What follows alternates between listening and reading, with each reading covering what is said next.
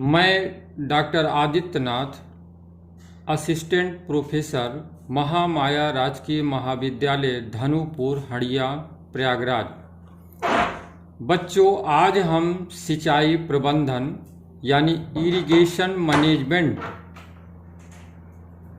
प्रारंभ से लेकर के 12वीं शताब्दी तक की चर्चा हम करेंगे। प्रत्येक कालखंड में सिंचाई के अलग अलग साधन अपनाए गए थे। प्राचीन काल से भारतीय अर्थव्यवस्था का आधार कृषि ही रहा है। उत्तम पैदावार के लिए सिंचाई के साधनों का भी पूर्ण रूपेण विकसित होना अनिवार्य था। अतः शनैः शनैः सिंचाई हेतु विभिन्न साधनों का प्रयोग किया जाने लगा। प्राचीन भारतीय सिंचाई व्यवस्था का विवरण हम प्रत्येक कालखंड के अनुसार चर्चा परिचर्चा करेंगे। प्रारंभ से लेकर के वैदिक काल तक यानी 2500 ईसा पूर्व से लेकर 600 ईसा पूर्व के बीच में किस प्रकार की व्यवस्था थी, इसके बारे में बच्चों हम चर्चा कर सकते हैं कि प्राचीन भारत में सिंचाई व्यवस्था पर बहुत अधिक ध्यान दिया जाता था। सभी कालों में उत्पादन बढ़ाने के लिए सिंचाई व्यवस्था को प्रोत्साहित किया गया। भारत में कृषि का कार्य प्रारंभ में नवपाषाण काल से ही हो गया था, लेकिन इस समय मानव कृषि के लिए वर्षा पर ही निर्भर था। सैंधो निवासियों के जीवन का मुख्य उद्यम कृषि कर्म था। नगरों में सुनियोजित नालियों के निर्माण, घरों में कुएं का मिलना, सैंधो नगरों की समृद्धि को देखते हुए यह निष्कर्ष निकालना स्वाभाविक है कि सिंचाई के लिए नालियां, कुओं के साथ साथ बांध भी बनाया गया होगा। वैसे सिंचाई के लिए नदी से पर्याप्त जल प्राप्त होता था। सिंचाई उद्देश्यतः अधिक फल उत्पन्न करने हेतु आर्यों द्वारा अपनाया गया। भूमि की सिंचाई वर्षा, कुआं तथा नहर के माध्यम से वैदिक काल में की जाती थी। ऋग्वेद में पूर्व वैदिक कालीन कृषि व सिंचाई व्यवस्था से संबंधित शब्दावलियां प्राप्त होती हैं और इस ओर बताती हैं कि उन्हें पर्याप्त ध्यान दिया जाता था। सिंचाई प्रायः नहरों द्वारा होती थी। मनुष्य के प्रयोग में आने वाले कुएं, आवट जिनको कहते हैं, यानी खोद कर बने हुए गड्ढे, तथा पशुओं के काम आने वाली लकड़ी के पात्रों को चरही कहते हैं, यानी द्रोण या आवट कहा जाता था। ऋग्वेद के अनुसार भूमि की सिंचाई के लिए कुएं से चक्र अर्थात रहट की सहायता से पानी निकाला जाता था और नालियों द्वारा उसे खेतों तक पहुंचाया जाता था। नहर यानी कुल्या, छद यानी पोखर भी सिंचाई की जाती थी। इसमें प्रयुक्त वस्तुओं को चरस, वरत, अस्मचक्र यानी रहट की चरखी कहा जाता था। अतिवृष्टि और अनावृष्टि से बचने के लिए देवताओं से प्रार्थना भी की जाती थी।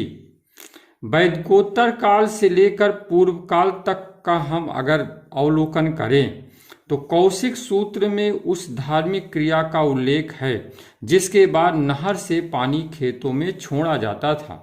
महाकाव्य काल में सिंचाई के लिए कुल्याओं यानी छोटी नहरों का उल्लेख मिलता है। रामायण में राम ने कौशल के किसानों को वर्षा पर नहीं अपितु सिंचाई पर निर्भर रहना बताया है।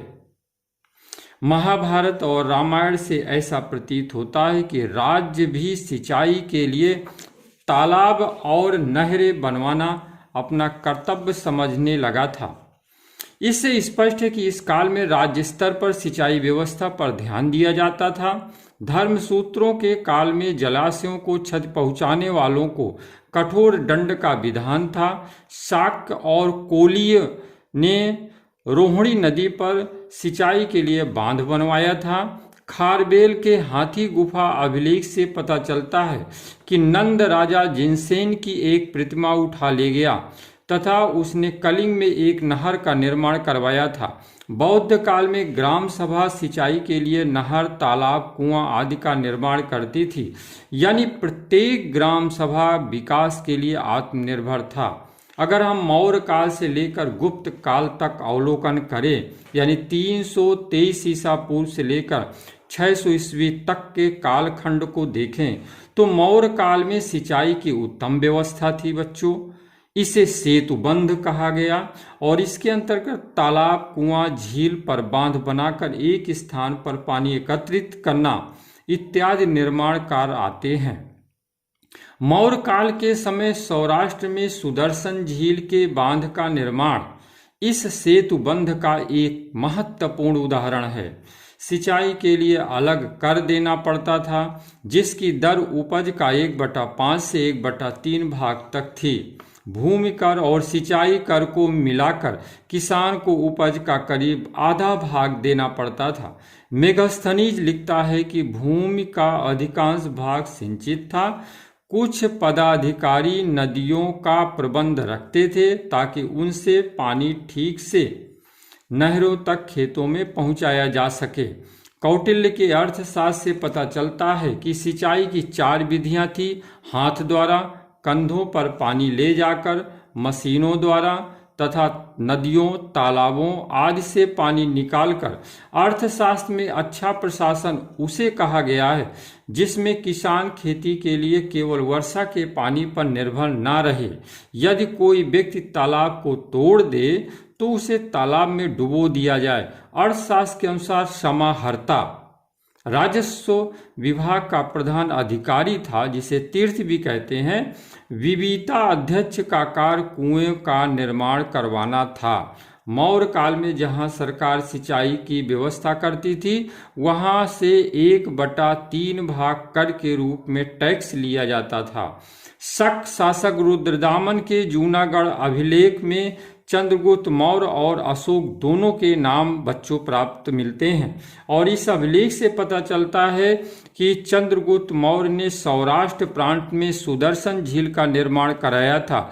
इस समय यहाँ का प्रशासक पुष्यगुप्त वैश्य था और इसी अभिलेख से यह भी पता चलता है कि अशोक के समय में सुदर्शन झील का पुनर्निर्माण कराया गया। उस समय राज्यपाल तुषास यानी यमन था। रुद्रदामन के समय में इस झील के बांध का पुनर्निर्माण कराया गया। उस समय वहां का राज्यपाल सुविशाख था। स्कंदगुप्त के समय पाणदत्त राज्यपाल हुआ और उसके पुत्र एवं गिरनार नगर के प्रशासक चक्रपालित ने इस झील के बांध का पुनर्निर्माण कराया। इस प्रकार जूनागढ़ अभिलेख में 4 शासकों चंद्रगुप्त मौर्य, अशोक, रुद्रदामन और स्कंदगुप्त एवं उससे संबंधित राज्यपालों का विवरण प्राप्त होता है। मौर्य शासनकाल के बाद अभिलेखीय प्रमाणों के आधार पर चेद वंश का शासक खारबेल का हाथी गुफा अभिलेख एक नहर का वर्णन करता है, जिसके अनुसार नंद राजा ने कलिंग की सीमा पर तनसूली नामक नहर बनवाई थी और जब खारबेल शासक बना तो उसने जन कल्याण हेतु पुनः इस नहर को नगर में प्रवेश कराकर राजधानी तक ले गया। यह कार्य खारबेल शासन के 5वें वर्ष में किया गया था। पतंजल भी कुएं के द्वारा सिंचाई किए जाने का वर्णन करता है। मनु भी नहर, कुएं का वर्णन करता है।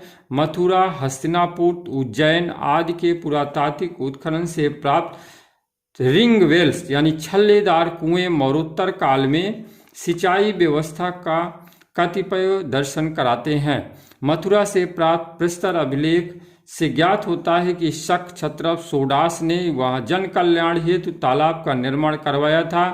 मिलिंद पंडहों से सियालकोट के तालाब कुओं की जानकारी प्राप्त होती है। नासिक अभिलेख से उषावदत्त द्वारा तालाब बनवाए जाने का उल्लेख है। नासिक के एक गुहा अभिलेख में औद यांत्रिक की चर्चा की गई है, जो इंजन की भांति चलने व सिंचाई हेतु प्रयुक्त यंत्र का राज्य द्वारा भी सिंचाई की व्यवस्था समय समय पर कराई जाती थी। संगम साहित्य के अनुसार कृषि के लिए सिंचाई की उत्तम व्यवस्था थी। उस काल के राजाओं ने कुओं, तालाबों, नहरों का निर्माण कराया था। करिकाल नामक राजा ने प्राचीन भारत में कावेरी नदी पर 100 मील लंबा बांध बनवाया था। सिंचाई और लौह उपकरणों के प्रयोग के कारण बच्चों उत्पादन के क्षेत्र में क्रांतिकारी परिवर्तन हो गया था। कनिष्क के आरा अभिलेख में लिखा है कि 10 फोर्ड नामक व्यक्ति ने जन कल्याण की सिंचाई के लिए एक कुआं खुदवाया और राजा ने उसके लिए 1 लाख सिक्कों का दान दिया। गाथा सप्तशती से ज्ञात होता है कि संभवतः सबसे पहले रहट का प्रयोग सिंचाई के लिए इस काल में किया गया है। गुप्त काल में वराहमिहिर ने अपनी पुस्तक बृहत संहिता में वर्षा की संभावना और अभाव पर काफी चर्चा की है। इस पुस्तक में मौसम संबंधी भविष्यवाणियां भी की गई हैं। बच्चों, गुप्त काल में सिंचाई के साधनों में अर्घट यानी रहट का उल्लेख मिलता है। ह्वेन सांग ने लिखा है कि सिंचाई में घंटी यंत्र यानी रहट का प्रयोग होता था।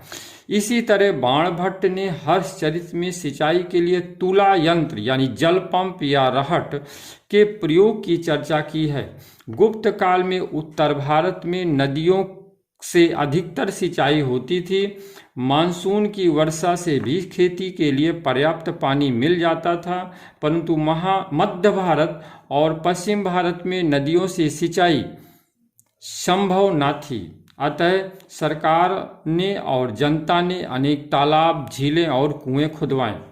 नारद ने भी सिंचाई के लिए पानी लाने वाली नालियों यानी खेय और पानी को रोकने वाले बांधों यानी बंध्य का उल्लेख किया है। नारद ने लिखा है कि जो नाली टूट गई हो उसकी कोई भी व्यक्ति उस नाली के स्वामी की अनुमति से मरम्मत करा सकता है। यदि नाली का स्वामी मर गया हो तो वह राजा की आज्ञा से ऐसा कर सकता है। ऐसा प्रतीत होता है बच्चों, सिंचाई के साधन अधिकतर प्रजा ही बनवाती थी, परंतु यहाँ आवश्यकता हुई सरकार की आर्थिक सहायता देती थी। जैसे कि स्कंदगुप्त ने सुदर्शन झील की मरम्मत कराई। अमरकोश से ज्ञात होता है कि गुप्त काल में नदियों से नहरें निकाली गई थी और तालाब भी बनाए गए थे। नहरों से नदियों को बाढ़ से हानि को कम करने के लिए नालियां निकाली जाती थी। सरकार उन लोगों को सख्त दंड देती थी जो नहरों, तालाबों, कुओं को तोड़ते थे।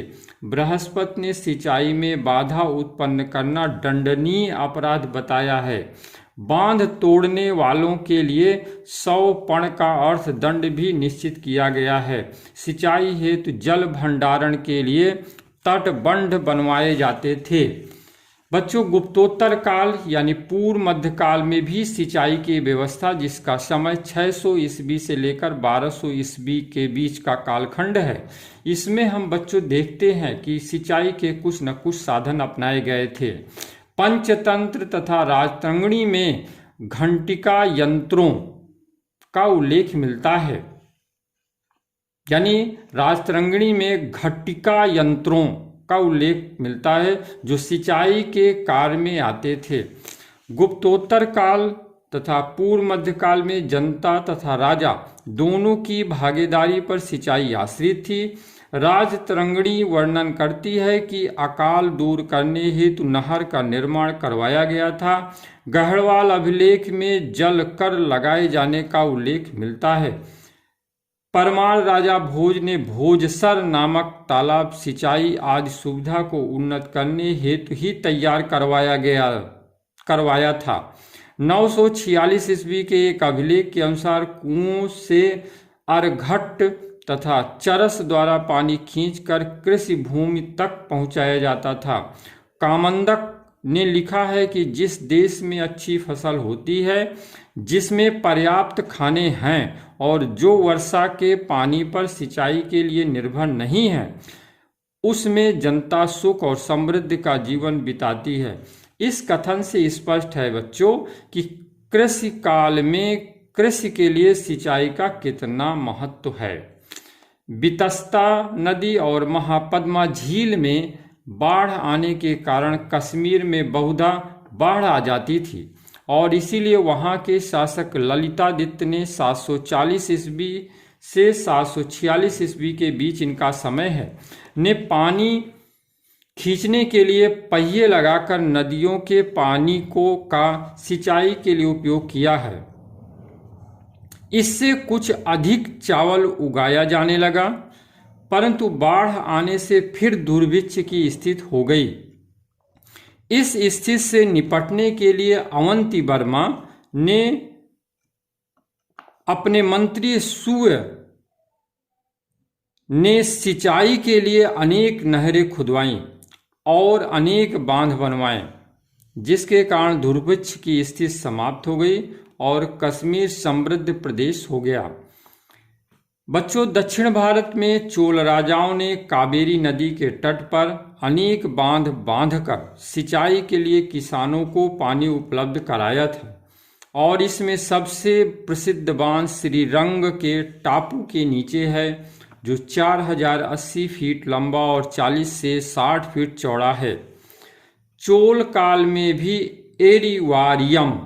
एरीवारियम समिति थी। यह तटांक, जिसे तालाब भी कहते हैं, यह तटांक समिति के नाम से जानी जाती थी और तालाबों की मरम्मत के लिए एक टैक्स भी लिया जाता था। उस टैक्स का नाम था बच्चों एरिआयम नामक एक नियमित कर था जो लिया जाता था। इस प्रकार प्रारंभ से लेकर के 12वीं शताब्दी ईस्वी तक हम देखते हैं कि सिंचाई प्रबंधन का किस प्रकार से प्रत्येक कालखंड में अच्छी व्यवस्था की गई। धन्यवाद।